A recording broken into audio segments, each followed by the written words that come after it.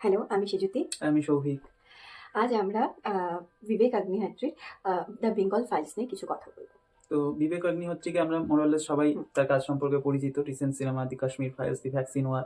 তো প্রচন্ড কন্ট্রোভার্সিয়াল একজন পরিচালক। তাকে নিয়ে অনেক কথাবার্তা হয় পলিটিক্যালি হ্যাঁ, মোটিভেটেড সিনেমা বানানোর জন্য, এবং অনেক ক্ষেত্রেই তার সিনেমাগুলো রুথলেস এবং একটা নির্দিষ্ট পয়েন্টকে দেখানোর চেষ্টা দেখানোর করে। চেষ্টা করেন। তো যারা ওয়েস্ট বেঙ্গলের মানুষ তারা সবাই জানে যে এই সিনেমাটা ট্রেলার রিলিজ নিয়ে হুম, প্রবলেম হয়েছিল। সিনেমাটা খুব বেশি হলে কিন্তু মুক্তি পায়নি। পাইনি। মোর অর লেস অলিখিত নিয়ম একটা হুম, চলেই ছিল যে বিবেক অগ্নিহোত্রী সিনেমা কোথাও না কোথাও গিয়ে কিছুটা বয়কট করা হবে সিনেমার যারা হল চালায় সেসব মানুষদের দ্বারা। যাই হোক, আমরা এই সিনেমাটা রিসেন্টলি জি5-এ দেখলাম, এবং এরপরে আমাদের যেটা আনবায়াসড ওপিনিয়ন বিয়ন্ড পলিটিক্স সেটা আমরা এখানে দেওয়ার চেষ্টা করব। এই সিনেমাটা যে ঐতিহাসিক ঘটনাটাকে রিলেট করছে সেটা 1946। 16th অগস্ট হ্যাঁ, ডিরেক্ট অ্যাকশন দেখে তার সাথে কোরিলেশন একটা টানা হয়। এখনকার হুম, যে প্রেক্ষাপট তার মুর্শিদাবাদের একটা ঘটনার মুর্শিদাবাদের সাথে ঘটনার রিলেট সাথে করা। এটাকে রিলেট করা হয়। তো ডিরেক্ট অ্যাকশন ডে এর ইতিহাসটা আরেকবার পড়ে দেখার একটা সুযোগ এই সিনেমা আমাদের করে দেয়। এবার এই সিনেমায় নানা জিনিস দেখানো হুম, হয়েছে, সেটাকে ডেফিনেটলি জিনিসটা কিছু ট্রু ইভেন্টস এর দ্বারা ইন্সপায়ার্ড, কিন্তু অ্যাগেইন পলিটিক্যালি মোটিভেটেড। তো এখানে একটা খিচুড়ি রয়েছে আর কি, হুম, যা কিছু সত্য ঘটনা রয়েছে, কিছু আপন মনের মাধুরী মিশিয়ে রচিত হয়েছে। তো আপনাদের এই দুটোর মধ্যে ডিস্টিংগুইশ হুম, করতে জানতে হবে যদি আপনারা একজন অনেস্ট অডিয়েন্স হিসেবে সিনেমাটাকে দেখেন। যাচাই করতে চান হ্যাঁ, আর কি। তো সিনেমার মুখ্য চরিত্রে রয়েছে দর্শন কুমার, একটা ছোট্ট সাইড ক্যারেক্টারে মিঠুন চক্রবর্তীও রয়েছে, বাংলার মধ্যে শাশ্বত চ্যাটার্জি রয়েছে একটা ইম্পর্টেন্ট ক্যারেক্টারে, এবার দিয়ে পল্লবী অনুপম যোশী খের। রয়েছে, অনুপম খেরও রয়েছে, গান্ধীজির ক্যারেক্টার প্লে করছে, আরো অনেক ক্যারেক্টার রয়েছে। হুম, তবে আপনারা জানবেনই যারা বিবেক অগ্নিহোত্রী সিনেমা আগে দেখেছেন, যে কয়েকজন এই দর্শন কুমার, পল্লবী যোশী এরা হুম, থাকেই থাকে অনেক কনস্ট্যান্ট সিনেমায়। এরা। এবারে আমরা যদি গুডস অ্যান্ড ব্যাডস এ হুম, আসি, যে কি কি ভালো দিক খারাপ দিক রয়েছে, দুটোই রয়েছে বেশ কিছু সংখ্যা। হুম, প্রথমত ভালো দিকের গেলে অ্যাক্টিং, সবারই সবার অ্যাক্টিং অ্যাক্টিং বেশ সুন্দর। অসাধারণ। হ্যাঁ, এবং বিবেক অগ্নিহোত্রীর সিনেমার একটা বৈশিষ্ট্য হচ্ছে যে এটা ঘটনা ভিত্তিক হয়, তো হুম, ক্যারেক্টার ভিত্তিক হয় না। হুম। ফলে একটা ঘটনাকে যখন প্রেজেন্ট করা হচ্ছে তার সাথে কোরিলেটেড অনেক ক্যারেক্টার্স রয়েছে, প্রত্যেকটা ক্যারেক্টারই স্পেস পায়, এবং প্রত্যেকটা ক্যারেক্টারেরই অ্যাক্টিং স্কিল হ্যাঁ, দেখানোর প্রত্যেকটা সুযোগ আসে। ক্যারেক্টার যে যার নিজের রোলে খুব সুন্দরভাবে সেই জায়গাটাকে ফুটিয়ে তুলেছে। এবার ঘটনার বিষয় যে বিবরণগুলো হ্যাঁ, রয়েছে সেটা সেগুলো খুব অনেকটা বেশি, আনফিল্টার্ড ওয়েতে হ্যাঁ, দেখানো অত্যন্ত হয়েছে। র ভাবে। হ্যাঁ, তো একটা ম্যাচিওর অডিয়েন্স এটাকে কনজিউম করার জন্য প্রয়োজন আর হুম। কি। আদারওয়াইজ কতটা ভালো লাগবে বিষয়টা আমি জানি না সকলের জন্য। আর রিসেন্ট টাইমসে ডিরেক্ট অ্যাকশনের উপরে আমরা কোনো মুভি দেখিনি। একবার ইতিহাসকে ঝালিয়ে নেওয়ার একটা সুযোগ করে দিচ্ছে। এবং ডেফিনেটলি এটা একটা পার্টিকুলার গ্রুপ অফ লোকজনের হুম, কাছে যথেষ্ট ইন্টারেস্টিং হবে। ডেফিনেটলি এখানে তো একটা পলিটিক্যাল আইডিওলজি রয়েছে, তো এবং সেই আইডিওলজিতে বিশ্বাস করে এরকম মানুষও আমাদের দেশে প্রচুর হুম, রয়েছে।